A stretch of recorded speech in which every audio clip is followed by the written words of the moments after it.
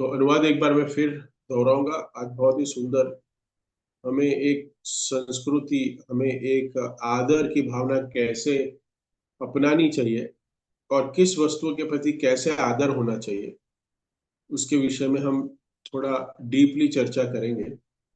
तो इसका अनुवाद, इस श्लोक का अनुवाद एक बार फिर पढ़ेंगे, फिर शुरुआत करेंगे कथा की। चढ़ने के पूर्व, मतलब जो विमान आया था उसमें आरूढ़ होने के पूर्व ध्रुव महाराज ने विमान की पूजा की, उसकी प्रदक्षिणा की और विष्णु के पार्षदों को भी नमस्कार किया। इस दौरान के पिघले सोने के समान तेजमय तथा तथा देदीप्यमान हो उठे। इस प्रकार से वे उस दिव्या यान में चढ़ने के लिए पूर्णतः सन्नद्ध थे। तो ध्रुव महाराज यहाँ पे विमान आया है लेने उनको। यहाँ पे बताया जा रहा है कि किस प्रकार विमान में चढ़ने से पहले उन्होंने उस विमान की प्रदक्षिणा की और उसको प्रणाम किया, और जो विष्णुदूत आए थे उनको भी उनको प्रणाम किया, और साथ साथ में उस स्थान पे जो उपस्थित आचार्य गण खड़े थे उनको भी प्रणाम किया, उनसे भी आज्ञा ली। तो तो विष्णु के पार्षदों को भी नमस्कार किया। यहाँ अनुवाद में लिखा है एवं उनकी प्रदक्षिणा की। प्रभुपाद जी अनुवाद में लिख रहे हैं कि यहाँ पे एक अच्छी शिक्षाओं का यहाँ हमें ज्ञात हो रहा है। ये शिक्षाएं हैं यह, कि कोई भी कार्य करने के पहले प्रणाम करना, प्रार्थना करना, ये बहुत ही आवश्यक है। कि हम देखते हैं कि रामायण के अंदर भी जब सीता जी का स्वयंवर हो रहा था तो अलग अलग राजाओं ने प्रयास किया लेकिन सफल नहीं हो पाए, क्योंकि उन्होंने प्रदक्षिणा नहीं की, ना आदर किया, ना प्रणाम किया। लेकिन जब श्री राम जी गए तो उन्होंने उस धनुष की सबसे पहले प्रदक्षिणा की, फिर उनको प्रणाम किया और तब जाके एक हाथ से धनुष को उठा लिया। उसी प्रकार दूसरा उदाहरण हम देखते हैं कि द्रौपदी का स्वयंवर हो रहा था, तो अलग अलग राजाएं आए, दानव आए, लेकिन क्या हुआ, उन्होंने प्रयास किया लेकिन वो विफल रहे। लेकिन अर्जुन जब गया तब उन्होंने क्या किया, तो उन्होंने धनुष की वहां भी प्रदक्षिणा की, प्रणाम किया और तब जाके वो सफल हुए। तो तो यहाँ प्रणाम करने को क्यों बताया गया है? प्रणाम, नमस्कार करना, प्रणाम करना, इसकी आवश्यकता क्या है? क्या जरूरत है इसकी? क्यों प्रणाम करना? तो यहाँ पे उदाहरण यहाँ पे उदाहरण दिया गया है कि अगर और विस्तार में अगर हम समझे कि जो भी हम कार्य करते हैं उस कार्य करने के पहले हमें प्रणाम और नमस्कार करना चाहिए। हमारे गुरु को, वरिष्ठ जन को हमें प्रणाम करना, कि हम ये कार्य करने जा रहे हैं तो आपके आशीर्वचन, आशीर्वाद की कामना करते हैं, तो आशीर्वाद लेते हैं। तो ये एक है ना, सदाचार है। एक सदाचार में आता है ये, कि हम किस प्रकार देख सकते हैं यहाँ पे कि ध्रुव महाराज भगवान के धाम जा रहे हैं, एक अच्छा कार्य करने जा रहे हैं, विमान आया है पर्सनल, और विष्णुदूत स्वयं आए हैं, तो भी वो क्या कर रहे हैं, तो विमान को प्रणाम कर रहे हैं, प्रदक्षिणा कर रहे हैं, और विष्णु दूत है उनको भी नमस्कार कर। तो हमारे हम कहते हैं कि ये जो भारतीय संस्कृति है हमारी, हमारी जो संस्कृति है, ये संस्कृति शब्द में ही संस्कार है। संस्कार बहुत सारे हैं। संस्कार 16 प्रकार के होते हैं, उसके हम डिटेल में नहीं जाएंगे। लेकिन अगर हम ग्रामेटिकली इसको समझना चाहे तो संस्कृत में बहुत सारे संस्कार के अर्थ होते हैं। तो एक व्याख्या यह है संस्कृत की कि सम्यक रूपेण आचरण इति। सम्यक रूप से अगर हमने आचरण किया है तो उसको एक संस्कार किया जाता है, बोला जाता है। ये एक व्याख्या है, सम्यक रूपेण। जो व्यक्ति का आचरण सम्यक रूप से है वो संस्कारी व्यक्ति कहलाता है। सम्यक रूपेण आचरति। अभी ये सम्यक रूपेण आचरति का अर्थ क्या है पता है? कोई प्रश्न कर सकता है? उसका आंसर ये है कि जो अर्थ है इसका, कि वो अर्थ ये है कि धर्म शास्त्र के अनुसार, धर्म शास्त्र के अंतर्गत ब्राह्मण को कैसे कार्य करना है, क्षत्रिय को कैसे कार्य करना है, वैश्य को कैसे कार्य करना है, और शूद्र को कैसे कार्य करना है। अगर ये धर्म शास्त्र के अनुसार, हाँ, और एक वैष्णवों को कैसे कार्य करना है, वैष्णव को कार्य क्या बताया गया है, उस वैष्णव के लिए सदाचार क्या है, वो अगर बताया गया है धर्म शास्त्र के अनुसार, उस बताए हुए शास्त्र के अनुसार अगर वो आचरण अपना करता है तो उसको सदाचार कहते हैं, इसको संस्कार कहते हैं। हम कहते हैं ना, कितना संस्कारी बच्चा है, बताइए। हम बोलते हैं ना बहुत अच्छा है, कितना संस्कारी बच्चा है, क्यों बोलते हैं? क्योंकि वो अच्छी बात करता है, बड़ों का आदर करता है, सम्मान करता है। जब हम कहते हैं कि बच्चा संस्कारी है, एक व्यक्ति संस्कारी है, एक माता संस्कारी है, एक पत्नी संस्कारी है, एक लड़की संस्कारी है, तब हमको याद नहीं आता कि ये 16 संस्कार है इसके अंदर। नहीं, संस्कारी मतलब वो हम उसके आचरण से, आचरण को देख के हमें हमें आनंद का अनुभव होता है कि नहीं, कितना संस्कार है इसके अंदर। उसी प्रकार जब लोग हमको देखते हैं, वैष्णव को देखते हैं, तो उनके मन में भी एक बहुत बड़ी विचारधारा होती है कि वैष्णव मतलब संस्कार, उसके अंदर संस्कार होते हैं। इसका अर्थ ये है कि केवल वैष्णव समाज में ही नहीं, जब हम बाहर है तभी भी मर्यादा पालन करनी चाहिए। मुझे बहुत खेद है कि हमारे कृष्ण भावनामृत में जो जो भक्त है, जो प्रैक्टिस कर रहे हैं, वो इस सदाचार को नहीं समझते, इस सदाचार का अनादर करते हैं। हाँ, भक्ति में भले हम उन्नत हैं, भक्ति में अगर हम उत्तम भक्त हैं, ऐसा लग रहा है दूसरों को लगता है, भगवान को नहीं, जो हमें देख रहे हैं उच्चतम भक्ति कर रहे हैं। हम्म? लेकिन जब बाहर जाते हैं हम और कोई वरिष्ठ है, तब उनको हमें बैठने के लिए स्थान देना पड़ेगा। हम है ना, भक्त बनने के चक्कर में एक अच्छे ह्यूमन बीइंग बनना भूल गए। एक अच्छा ह्यूमन बीइंग, एक अच्छा व्यक्ति। मेरे पास गए हफ्ते में 2 इंसिडेंट हुए जिससे मुझे बहुत खेद हुआ है कि शायद हमारी ट्रेनिंग तो ठीक है, प्रभुपाद यहाँ लिख रहे हैं, लेकिन हमारे समझने में बहुत गलतियां हो रही। बुक मैराथन करना है, हमें हमारा टारगेट अचीव करना है, एन केन प्रकारेण हमें हमारे काउंसिलर को पुश करना है, उसके लिए हम कोई एथिक्स को हम भूल जाते हैं। जैसे मैं लास्ट वीक में हमारे ग्रुप वाले बोरीवली स्टेशन पे स्टॉल लगाए थे, तो इसका एक ऑफिशियली परमिशन लेना होता है, एसआरपीएफ जो रेलवे पुलिस है उनसे परमिशन लेना होता है, उनका स्टैंप लेना होता है, उसके बाद स्टेशन मास्टर के पास अप्रूवल कराना होता है, फिर बाद में स्टेशन मास्टर हमें एक लोकेशन डिसाइड करते हैं, और फिर वहां पे हम बुक डिस्ट्रीब्यूशन कर सकते हैं। ये एक प्रोसेस है। लेकिन जब हम ये हमारे भक्त लोग गए परमिशन लेने के लिए, तो उनको एक चौंकाने वाली घटना घटी।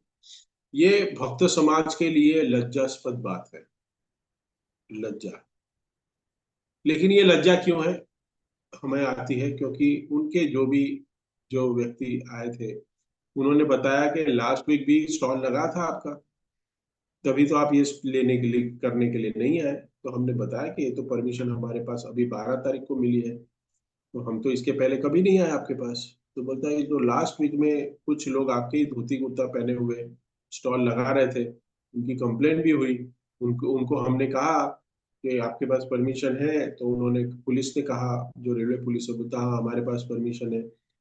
और वो जोर जबरदस्ती सब उसके भगवत गीता लेने के लिए पब्लिक को वहां पे प्लेस में क्योस कर रहे थे। तो हमने उनकी कंप्लेंट की, फिर हमने उनको भगा दिया। और जब हम फिर परमिशन लेके उनके पास ऑफिशियली गए तो हमें बहुत दिक्कत हुई, पता नहीं आप लोग ऐसे हो। और जबकि उनके पास परमिशन नहीं थी, उस भक्त ने झूठ बोला कि हमारे पास परमिशन है। सो ये जो उसका काउंसिलर है ना भक्त का, उसके लिए बहुत ये शर्मनाक चीज है। This is a lack of training.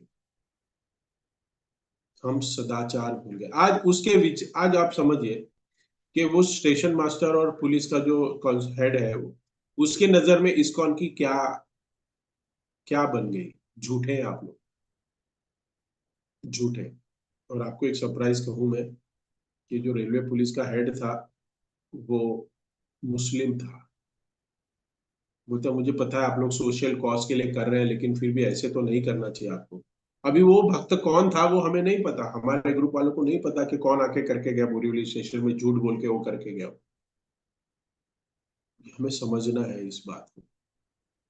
झूठ का सहारा नहीं ले सकते ऐसे। अगर ऐसे भगवत गीता हमने बांट दी ना, तो यहाँ पे मंदिर वाले बोल सकते हैं चलो 50-60 भगवत गीता बांट दी, शाबाशी मिलेगी, लेकिन भगवान नहीं खुश होंगे। हमारा हमारा परम उद्देश्य क्या है? हमारा परम उद्देश्य भगवान की प्रसन्नता है, ना कि हम ऐसे कार्य करके तथाकथित सो कॉल्ड।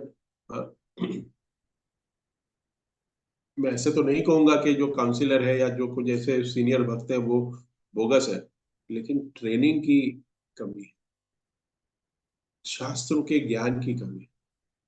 मुझे कल एक भक्त बता रहा था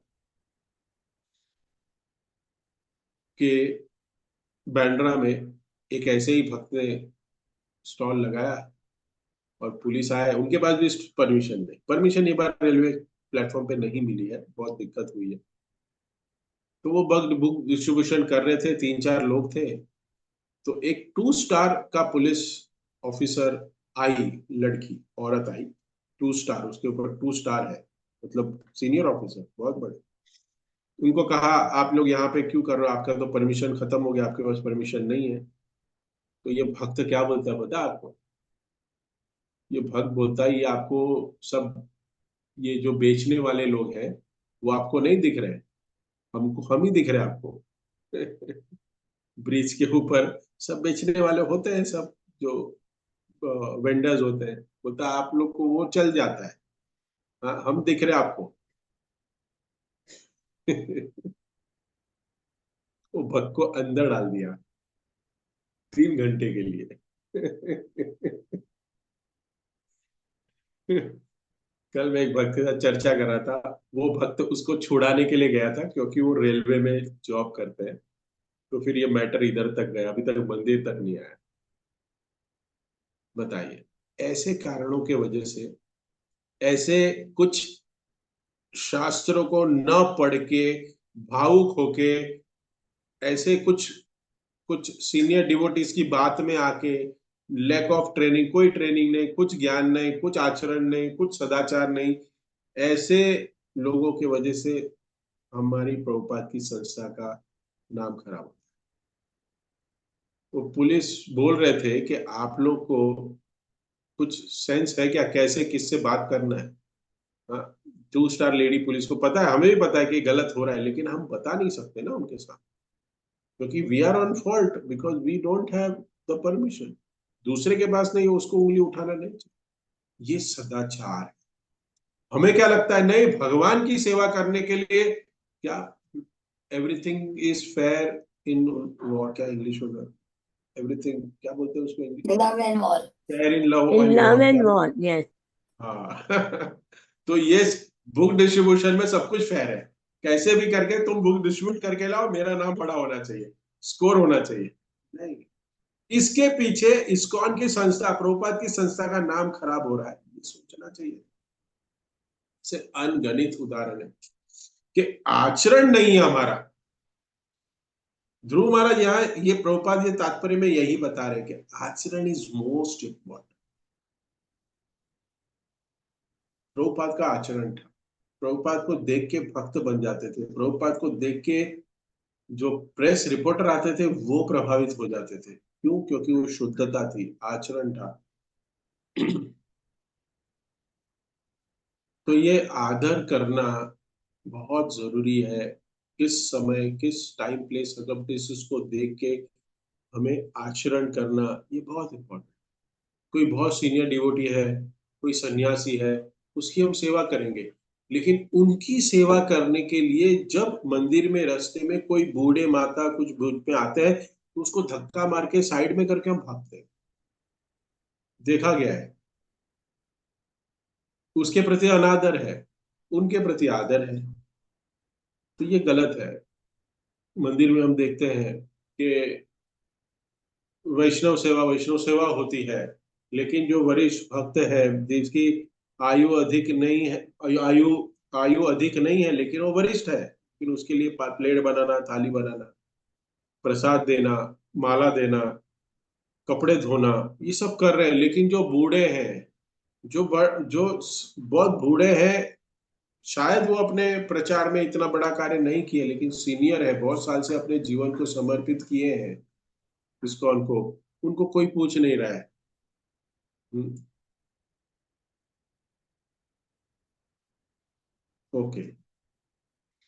तो हमें इस वस्तुओं को ध्यान देना चाहिए कि हम भक्ति में कितना ही उन्नत हो जाए, लेकिन वयोवृद्ध है, हम कमजोर है, वो वो जो है ना, ये बहुत सारे अलग अलग ऐसे संस्कार हो सकते हैं, लेकिन हम उदाहरण से समझ रहे हैं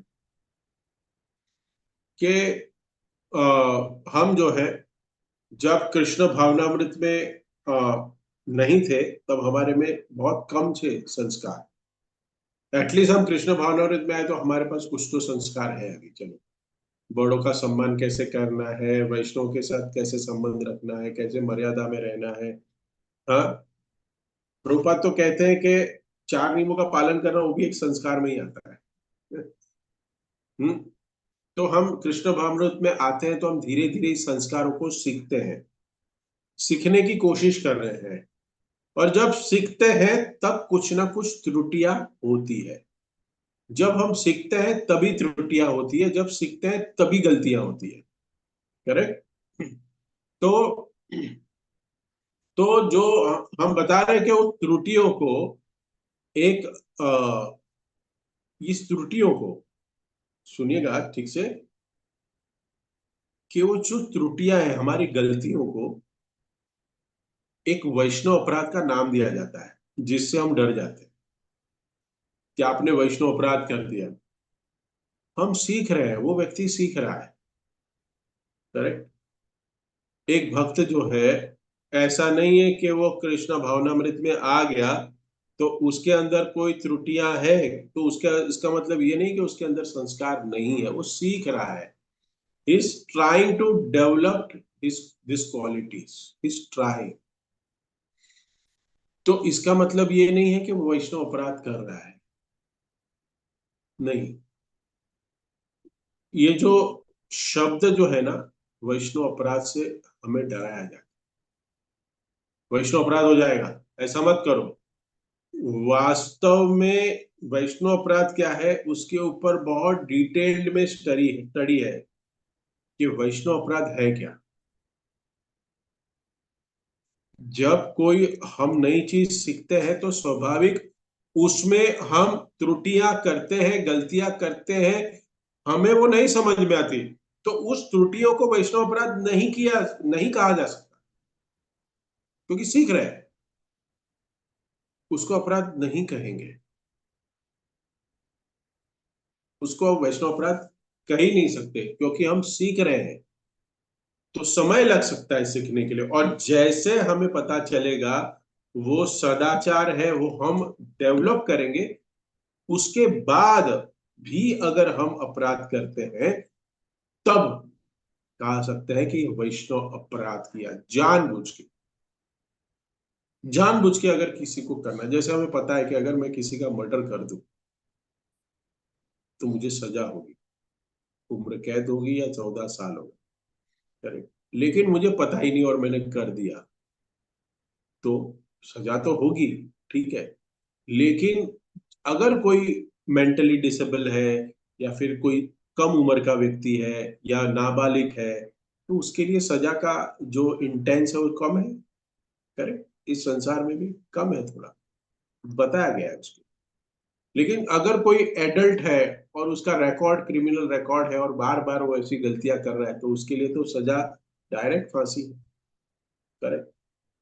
उसी प्रकार अगर कोई उन्नत भक्त है और अगर वो वैष्णव अपराध करता है, तो उसके लिए प्रॉब्लम है। लेकिन अगर कोई नियोफाइट है और वो भक्ति में प्रैक्टिस कर रहा है और उससे कभी अनजाने में कुछ गलतियां हो जाती है, तो भगवान भी माफ करते हैं, काउंसिलर को भी माफ करना होता है।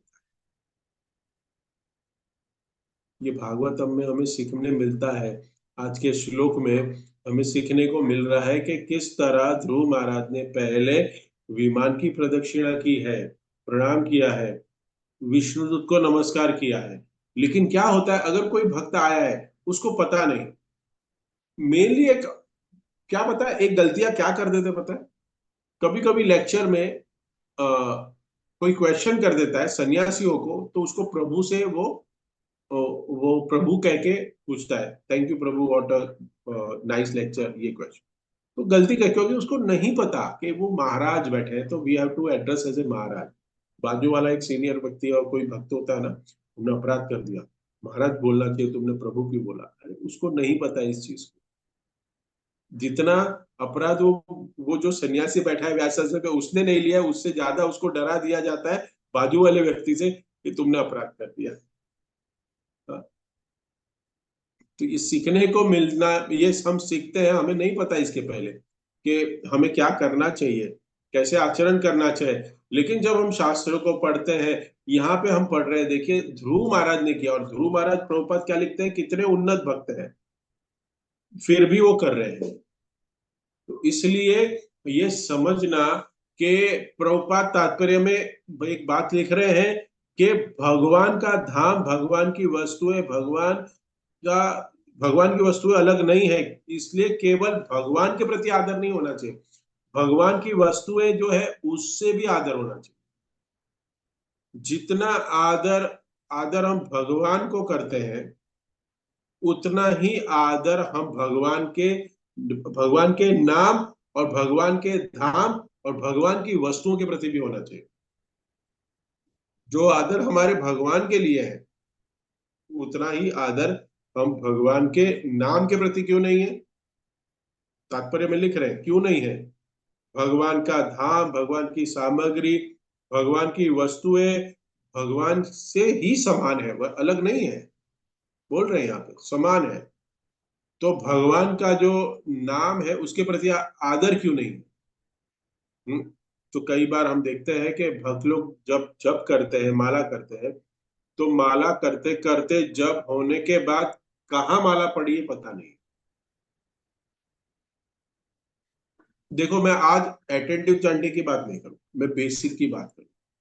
क्योंकि अटेंटिव चैंटिंग और ध्यान से जप करना वो तो इंटरनल है, इतना कौन इंटरनली अच्छा जप कर रहा है, वो एक्सटर्नली से पता चलेगा कि एक्सटर्नली कैसा रखा है उसने, कि माला कहाँ रखी है जप करने के बाद, माला की क्या दशा है, फीडबैक की क्या दशा है। अगर वो सब सही होगा तब हमारा शायद नाम जप अच्छा होता है, ऐसा हम जज कर सकते। तो जब हम माला जप करते हैं, तो जब थैली है उसके प्रति आदर होना चाहिए, थैली के प्रति। जब माला तो है ही, लेकिन उसकी बीड बैग जो हम कहते हैं उसके प्रति भी आदर होना चाहिए, क्योंकि वो भी भगवान से अलग नहीं है, दिखती है भौतिक हमें। तो उसी प्रकार हम देखें कि मंदिर के अंदर भी बहुत सारी अलग अलग वस्तुएं हैं। प्रभुपाद तात्पर्य लिख रहे हैं कि मंदिर में अलग वस्तुएं हैं, जैसे करताल है, करताल है, तो करताल जो है हम क्यों बजाते हैं, हम करताल बजाते हैं, करताल का आदर कैसे करेंगे, उसकी पूजा करके। करताल की करताल का आदर हम कैसे करेंगे। करताल को, हर एक चीज को आदर करने के नियम है, हर एक चीज के अलग अलग है। मृदंग का आदर कैसे करेंगे, मृदंग का आदर करते करते हम कैसे, जैसे हम उसको भगवान की सेवा में बजाने के लिए उसका उपयोग करें, उसको भगवान की सेवा में लगाएंगे तो ये उसका आदर है। करताल भी उसी प्रकार से उसको भगवान की सेवा में लगाएंगे, कीर्तन में बजाएंगे तो उसका आदर होगा। अगर अगर यहाँ पे देखिए ध्रुव महाराज ने आदर किया विमान का, करेक्ट। विमान का आदर कैसे किया? प्रदक्षिणा की, हाँ, प्रणाम किया। हाँ? तो मैं करताल को भी रोज प्रणाम करूंगा, ये आदर है। मृदुंग को मैं रोज प्रणाम करूंगा। कोई लिटरल मीनिंग ले सकता है कि आदर करना मतलब क्या, इसका आदर करना है रोज तिलक लगाएंगे मृदुंग को, भोग लगाएंगे मृदुंग को, नहीं। सिर्फ प्रणाम करेंगे मृदुंग को, करताल को, और आदर करेंगे, बजाएंगे नहीं। ऐसे ही रखेंगे, ये आदर नहीं है। हाँ, फीडबैक जो है वो लटकी हुई है, रोज सिर्फ देखेंगे, ऐसे सर पे लगाएंगे, हो गया मेरा जप, हरे कृष्णा, ये आदर किया, ये आदर नहीं है। फीडबैक का आदर करना मतलब उसको साफ सुथरा रख के, आपके लिए एक इंस्ट्रक्शन दे रहा हूँ जो मैंने महाराज से सीखा है। हर एक वीक में जितने भी भक्त है सुन के रखिए, हर एक वीक में आप लोगों की फीडबैक होनी चाहिए। या तो you should have 3 to 4 feedbacks extra एक डिवोटी के पास, और वो फीडबैक हर वीक में आपको एक्सचेंज करनी, रिप्लेस करनी है, एक धोने डाले और एक पहने। अगर कोई भक्त ऐसा नहीं कर रहा है, आज से करिए, ये आज से करिए, क्योंकि इसके अंदर हमारी गोपियां रहती है। तो हमारी अगर मैली गंदी फीडबैक है तो कैसे चलेगा? उसको साफ सुथरा रखना, और अगर हो सकता है साफ सुथरा भी रखे और साथ में प्रेस करके भी यूज करें, और कहीं भी ऐसी जगह पे ना रखें कि जो अस्वच्छ वस्तु है रखते हैं वहां। भक्त के घर में देखा गया है, उसके पास एक रैक होता है, अगर सब भक्त है जीवन में, तो एक कपड़े लटकाने का एक जो हैंगर होता है जिसमें 5-6 हुक्स होते हैं, वैसा हुक एक अच्छे जगह पे आप लगा दीजिए, और सब भक्त लोग, अपने घर के सारे भक्त लोग वहां माला को टांगेंगे, रखेंगे, जब करेंगे वहीं रखेंगे, शुद्ध जगह। और feedback every week should be get change, because this is was the practice was Maharaj I have seen. हर 3-4 दिन में महाराज अपनी फीडबैक चेंज करते थे, we use to watch that. वैसे ही देखा गया है, मैंने बहुत बार ऑब्जर्व किया है कि माला बहुत गंदी होती है, मीन्स वो डर्टी होती है, तो उसको हम चेंज करें, ये भी एक आदर, एक संस्कार, एक आचरण में आता है। हम्म। तो जपमाला का आदर, जैसे मैंने कहा, माथे के ऊपर स्पर्श नहीं कह रहा है यहाँ पे। अभी शास्त्रों की बहुत आदर करते हैं लोग, अभी हम भगवत गीता बुक मैराथन कर रहे हैं, तो आपने देखा होगा कि उन लोग बहुत आदर करते हैं, तो भक्त लोग क्या, आप मन से जो भी हम जिसको भी डिस्ट्रीब्यूट कर रहे हैं, तो अपने ऐसे हाथ लगा के ऐसे करते हैं, सर पे रखते हैं, आदर करते हैं। लेकिन उसका वो आदर नहीं है। बुक का आदर ऐसे नहीं कर सकते, बुक का आदर पढ़ना पड़ेगा। इसको भागवतम हमने रखा है शोकेस में, और हम रोज उसकी पूजा कर रहे हैं, तो वो उसका आदर नहीं है। उसको निकाल के पढ़ना वो आदर है।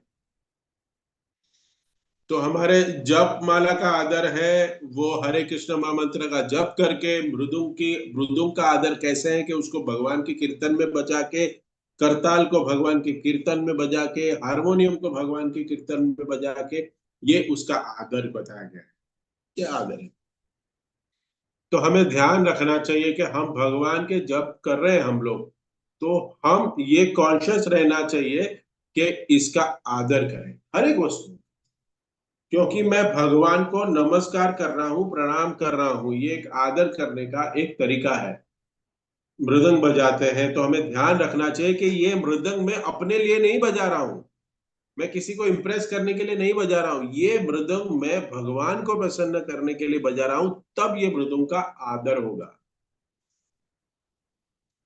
ये इसलिए हमें ध्यान, चेतना होनी चाहिए कि मैं भगवान की सेवा कर रहा हूं, इस सेवा का भाव होना चाहिए, तब उस वस्तुओं का आदर होगा, उस वाद्य का आदर होगा, उस माला का आदर होगा। हम हमारे इंद्रिय तृप्ति के लिए कीर्तन नहीं कर रहे हैं, हम हमारे इंद्रिय तृप्ति के लिए करताल नहीं बजा रहे हैं, उसका आदर है कि भगवान की सेवा में लगना, भगवान की सेवा में बजाना, ये उसका आदर है। तो ऐसा नहीं है कि आदर करने को बताया कि यहाँ पे प्रभुपाद बता रहे हैं आदर करना, तो उसको रोज प्रणाम करेंगे, कभी भागवत नहीं खोलेंगे, रोज माथे से लगाएंगे और प्रणाम करके ऑफिस के लिए निकल जाएंगे। सम्यक आदर मतलब जैसे बताया गया है। तो आदर के अलग अलग तरीके हैं। आदर के अलग अलग तरीके हैं। यहाँ पे ध्रुव महाराज कहे कि नहीं, ये विमान है ना, ये विमान का मैं आदर कर रहा हूं, मैंने प्रदक्षिणा की, अब ये विमान मुझे चलाने दो, मैं आदर करना चाहता हूं। तो ये आदर नहीं है ठीक से।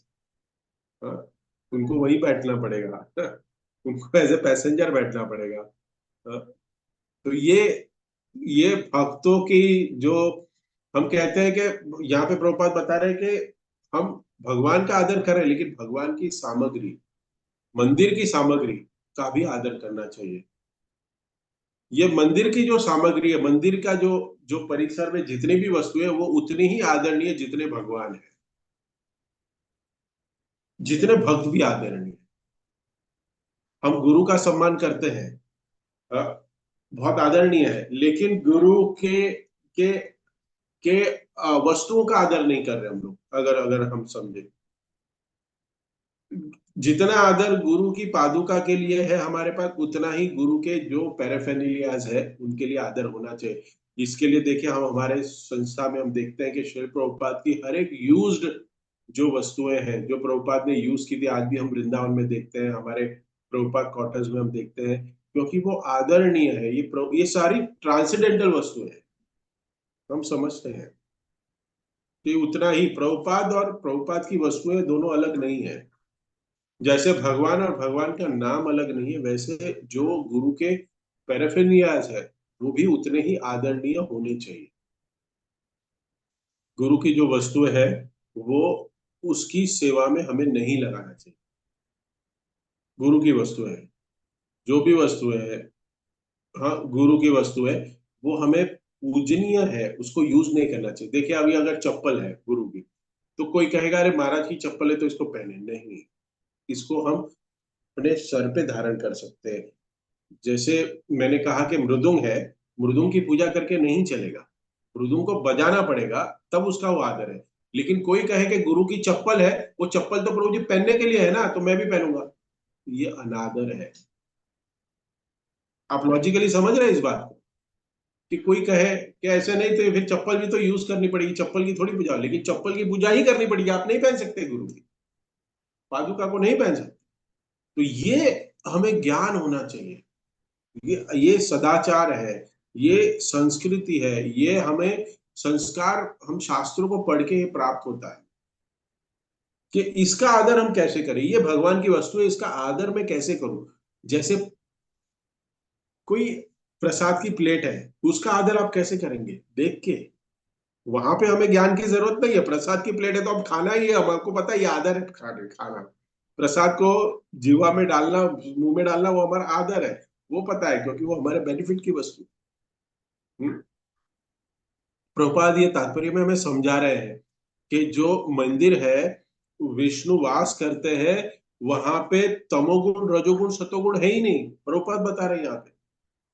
और हमें ये चेतना रखनी पड़ेगी कि हम भगवान के धाम में वास कर रहे हैं, तो भगवान के संबंधित जितनी भी वस्तुएं हैं वो सब पूजनीय है। हम्म? भगवान के धाम में सेवक गण है, पार्षद है, और यहाँ पे ध्रुव महाराज को लेने के लिए कौन आया है? हाँ, विमान आया है, दो विष्णुदूत के साथ। तो उसी प्रकार से भगवान विष्णु के धाम का यान है। और ये जो मंदिर है, इस मंदिर के यान क्या है? हमारे पास गाड़ियां हैं, मंदिर की गाड़ी भी है ना, उस गाड़ी को भी सम्यक रूप से ध्यान रखना, उसका मेंटेनेंस ठीक से करना, उसको यूज ठीक से करना, उसका अपव्यय करना, ये भी एक आदर के अंतर्गत आता है। हम भूल जाते हैं। क्योंकि ये भक्तों के, डोनर्स के पैसे से खरीदी हुई गाड़ी है, और उसको भी मुझे उतना ही सम्मान देना पड़ेगा, क्योंकि this is Prabhupada's money, this is Krishna's money, उससे ये गाड़ी चल रही। आदर करना चाहिए। हम क्या है, हम सिर्फ भगवान का आदर करने की कोशिश करते हैं, देखते हैं उधर आदर है, लेकिन अलग अलग वस्तुओं में आदर नहीं है। नहीं है। भगवान के संबंध में जो भी वस्तु है उसका ध्यान रखना, ये सबसे बड़ी सर्विस है। ये सर्विस है कि और अगर हम उस चीज का ध्यान नहीं रखते तो हमारी चेतना का दिखावा कर रहे हैं हम। चेतना हमारी किस स्तर पे है वो हम उसका प्रेजेंटेशन दें।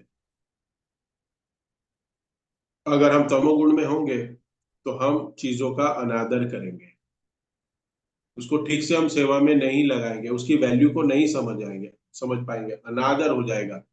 हम्म। ग्रंथ जो है वो भगवान के प्रति अगर आदर होगा तो अगर कोई ग्रंथ फटा होगा, कुछ पेज फट गए होंगे तो उसको ठीक से हम उसको जोड़ेंगे, कॉन्शियस हो जाएंगे। लेकिन तमोगुणी चेतना होगी तो ग्रंथ फट रहा है, अच्छे जगह पे नहीं रखा है, पत्ते फट रहे हैं, हम हमें कोई परवाह ही नहीं है उसकी। तो ये क्या है, हमारी चेतना को दिखाता है। उसी प्रकार से जैसे जप माला है, जप माला के प्रति का आदर है तो मैं ध्यान दूंगा उसके प्रति कि जप माला, जैसे मैंने पहले बताया कि वो गंदी हो गई है, उसको मैं रिप्लेस करूं, उसको भी धोना है। नहीं धोएंगे तो दिखेगा कि तमोगुण है। तमोगुणी व्यक्ति है ना, तमोगुण में जो भगवान भी भगवत गीता में बताते हैं तीनों गुण के लक्षण जो है, तो तमोगुण व्यक्ति जो है वो एक गंदगी, बोले तो डर्टी, वो एक ऐसा व्यक्ति है कि जो गंदी चीजों को पसंद करता है। प्रत्येक वस्तु को अच्छे से ध्यान रखना ये भक्त का कर्तव्य है। आदर करना वस्तुओं को। और ये मंदिर की बात नहीं कर रहा हूं, ये मंदिर तो हो गया, लेकिन जहां पे भगवान वास करते हैं वो गृहस्थ का घर भी तो मंदिर ही है। मंदिर में भी वस्तुएं हैं, प्रभुपाद भगवान की अलग अलग वस्तुएं हैं, पैराफेनियाज है, लेकिन भगवान की के भक्त जो गृहस्थ जीवन में जी रहे हैं वो भी तो घर में हरिनाम ले रहे हैं, वो भी तो घर में भगवान के अर्च विग्रह की सेवा कर रहे हैं, भगवान के लिए भोग लगा रहे हैं। तो प्रभुपाद कहते हैं कि मेरे तो हर एक गृहस्थ के जीवन, गृहस्थ का जो घर है वो भी एक मेरा सेंटर है, वो भी मेरा मंदिर ही है। तो हमें हमारे घर में भी अच्छे से ये सब वस्तुओं का ध्यान रखना चाहिए। हमें हमें ये सोचना चाहिए कि ये जो घर है वो मेरा नहीं है, भगवान का मंदिर है जिसमें मैं रह रहा हूँ, और उसको मैं आदर करूं। आदर कैसे करे घर का, उसको स्वच्छता से रखे, क्योंकि Radha Rani likes cleanliness, simplicity, ये सब गुण है एक भक्त के। भगवान को ये गुण पसंद है, तो भक्त को घर में क्लीनलीनेस मेंटेन करना और हर एक चीज अपनी जगह पे ठीक से रखना, ये भी एक सेवा है। आप समझिए, ये भी एक सेवा के अंतर्गत आता है। This is also comes under the devotion practice, doesn't come under the material practice। ध्यान से सुनिए, अपने घर को साफ सुथरा रखना मतलब ये भगवान का, ये भाव होना चाहिए कि भगवान का घर है और ये भगवान के घर में मैं रह रहा हूँ, उसको साफ सुथरा रखना, क्लीनलीनेस रखना, उसको अच्छे से उसकी उसकी सब कुछ वस्तुओं को मेंटेन करा रखना, ये एक डिवोशन प्रैक्टिस है। क्योंकि मंदिर का हम कर रहे हैं, मंदिर में अलग अलग डिपार्टमेंट है, वो डिपार्टमेंट के भक्त लोग जो सेवा कर रहे हैं वो भी तो एक ट्रांसेंडेंटल सर्विस है। क्योंकि अगर उस मंदिर की हम ठीक से देखभाल ना करें तो भक्त लोग कैसे आएंगे दर्शन करने। टूटा फूटा होगा तो क्या लगेगा, कैसे लगेगा। हाँ, इस्कॉन के मंदिर देखो, एकदम क्लीनलीनेस। एक बार इंसिडेंट हुआ, हाँ, आपने देखा है कि हर बार मंदिर अपना क्लीन क्यों होता है, एकदम क्लीनलीनेस होता है मंदिर का फर्श, आप देखो एकदम क्लीन होता है, क्यों? क्योंकि प्रभुपाद ने प्रैक्टिस कराई है कि हमें दंडवत करना है। दूसरे कोई भी मंदिर में जाके देखो, ऐसे करके निकलना है, ऐसे करके। कोई ऐसे दंडवत करता है? अगर हम कोई दूसरे मंदिर में गए और क्योंकि और हमें प्रैक्टिस है तो हम दंडवत करते हैं, तो लोग हमें देखते हैं कि ये क्या कर रहे हैं, ये क्या कर रहे हैं। और दंडवत करने के समय कोई अपनी साड़ी, अपना कुर्ता, सफेद कुर्ता उसका गंदा ना हो जाए, इसके लिए ध्यान रखने के लिए प्रभुपाद ने सबसे बड़ी व्यवस्था की है कि आपको मंदिर को क्लीन रखना है, कि भक्त दंडवत करते समय हिचकिचाए नहीं। सीधा डंडे की तरह गिर जाए, क्योंकि क्लीनलीनेस मेंटेन होती। सबसे क्लीन इस्कॉन के मंदिर, ये प्रभुपाद की संस्था, ये आचरण है, ये सदाचार, ये संस्कार है। तो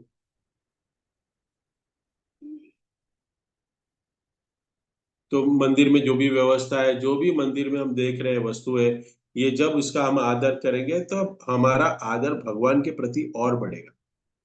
ये विज्ञान है। और भगवान के भक्तों वैष्णव के प्रति भी बढ़ेगा। तो उनके प्रति आदर रखना, तो जब नए नए होते हैं तब हमारा आदर होता है। करेक्ट, नए नए होते हैं, प्रणाम करते हैं सभी भक्त को, दंडवत करते हैं, हरे कृष्णा बोलते हैं। लेकिन जब हम पुराने हो जाते हैं तब आदर करना भूल जाते हैं, क्योंकि हम चाहते हैं कि मैं सीनियर हो गया हूं तब मुझे आदर मिले। हम चाहते हैं कि मुझे आदर मिले। हाँ? क्योंकि उसको लगता है मैं सीनियर हो गया हूँ। तो एक समय पे मुझे आदर करना था, लेकिन अब मुझे आदर मिलना चाहिए क्योंकि मैं बहुत सीनियर हूँ। वैष्णव के प्रति आदर रखना, सम्मान रखना, हाँ, ये हमेशा ध्यान रखना चाहिए। तो इसलिए भगवान खुद भी भक्तों का आदर कर रहे हैं।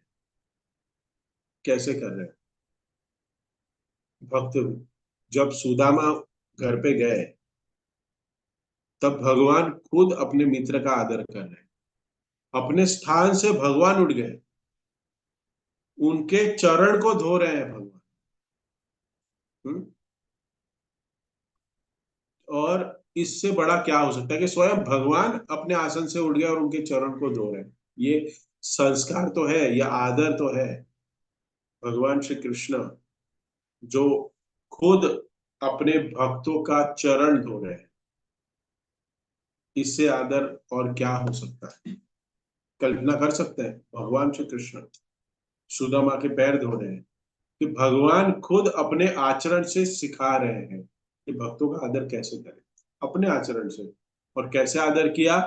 सुदामा ने क्या लेके गए उनके लिए? नेकलेस लेके गए, उनके लिए लिफाफा लेके गए, क्या लेके गए सुदामा?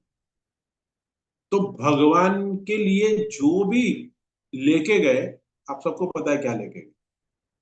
24 कैरेट गोल्ड का 100 ग्राम का कॉइन लेके गए।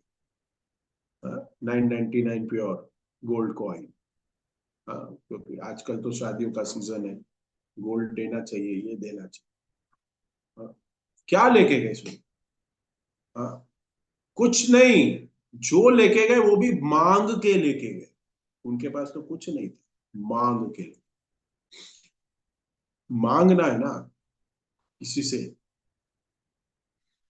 ईगो को हर्ट करता है। ईगो को हर्ट करता है भीख मांग। किसी का मांगे तो हमारा ईगो हर्ट होता है, मेरे पास नहीं है क्या, मैं क्यों मांगू? लेकिन सुदामा जी मांग के भगवान के लिए लेके गए। भगवान ने ये देखा कि उसके पास कुछ नहीं है, लेकिन फिर भी मुझे देने के लिए अपने ईगो को साइड में रख के, अपना आत्मसम्मान को कोई परवाह न करते हुए वो मेरे लिए मांग के मेरे लिए लाया। ये प्रेम है। आदर से वो भगवान ने प्रेम से लिया और उसको खाया भी। उसको खाया भी। उसी प्रकार जब कोई भक्त वस्तुएं भेंट करता है किसी भक्त को, किसी को कुछ देता है, तो उस उस भक्त के प्रति भी आदर का भाव होना चाहिए। ले तो लेते हैं, बाद में कहते हैं अरे क्या दे दिया ये, क्या दे दिया है। हाँ, कि फालतू की चीज है, कुछ देने समझता नहीं, ऐसे गिफ्ट दे दिया उन्होंने। तो जो भी हम भक्त एक दूसरे को आपस में आदान प्रदान देते हैं, वस्तुएं भेंट करते हैं, उसके प्रति भी आदर होना चाहिए, सम्मान होना चाहिए। क्यों? क्योंकि ये भगवान ने हमें सिखाया है। सुदामा और भगवान के जो जो ये वाक्य है, प्रेम से लिया, वैसे ही हमें उसको प्रेम से स्वीकार करना चाहिए। क्योंकि हर एक व्यक्ति अपने कैपेसिटी के हिसाब से अपने कार्य करता है। आखिरी लाइन तात्पर्य की पढ़ी है, अगर भागवतम अगर आपके सामने है तो। मंदिर की प्रत्येक वस्तु विष्णु या कृष्ण के ही समान पूजनीय है। प्रभुपाद लिखते हैं विष्णु के समान पूजनीय, कितनी इंपॉर्टेंट लाइन है। यहाँ पे प्रभुपाद तात्पर्य समाप्त कर रहे हैं ये लिख के। अभी इसको कैसे समझेंगे? समान पूजनीय है मतलब क्या, अर्थ क्या? कि अब मैंने बताया कि गाड़ी है, उसकी आरती उतारेंगे, या टेबल है उसकी आरती उतारेंगे। समान माइक है, जो उधर माइक है, स्पीकर है, उसको पूजनीय है तो उसकी रोज आरती उतारेंगे मंदिर में। जितना हम आदर सम्मान करते हैं, भगवान की पूजा अर्चना करते हैं, आरती करते हैं, उतने ये सब वस्तुओं की आरती करें अभी? नहीं। जितना सम्मान हम भगवान के अर्च विग्रहों का करते हैं, वैसे ही मंदिर में जो अलग अलग वस्तुएं हैं जो भगवान की सेवा में लगी हैं, उसका सम्मान उसको भगवान की सेवा में लगा के करें।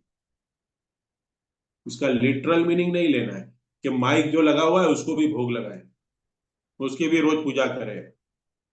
तुम आप सोचिए, मृदुंग को आरती कर, मृदुंग के लिए आरती प्लेट लगानी पड़ेगी, करताल के लिए आरती प्लेट लगानी पड़ेगी, माइक के लिए आरती प्लेट लगानी पड़ेगी? नहीं। This is common sense. आपको भी बताइए। लेकिन ये एक सदाचार है कि भगवान का आदर हम कैसे करते हैं, आरती करके भोग लगा के। हाँ? तो हर एक चीजों का आदर अलग अलग हो सकता है, लेकिन वो ज्ञान होना चाहिए। ये तात्पर्य में यही है कि हर एक वस्तुओं को भगवान की सेवा में लगाना, यही तात्पर्य का अंश है। भगवान की सेवा में एन केन प्रकारेण सबको लगाना, वही वस्तुओं का आदर है। अगर हमें किसी व्यक्ति का आदर करना है तो उसको प्रचार करना पड़ेगा, उसको भगवान की सेवा में लगाना पड़ेगा, उसको भगवान के रूप गुण लीला माधुर्य के बारे में बताना पड़ेगा। तो उस व्यक्ति के प्रति हम आदर है, उस व्यक्ति के प्रति हमारी दया है। ये बहुत सुंदर है। और यहाँ पे बहुत एक इम्पोर्टेंट और एक है जो अ,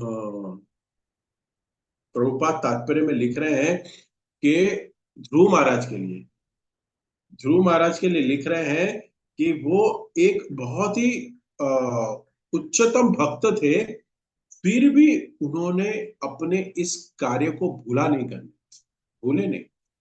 एक महान भक्त है ध्रुव महाराज का, मेरे लिए विमान आया है, पैर रखेंगे सीधा जाएंगे, नहीं। फिर भी उन्होंने अपने आचरण को नहीं छोड़ा।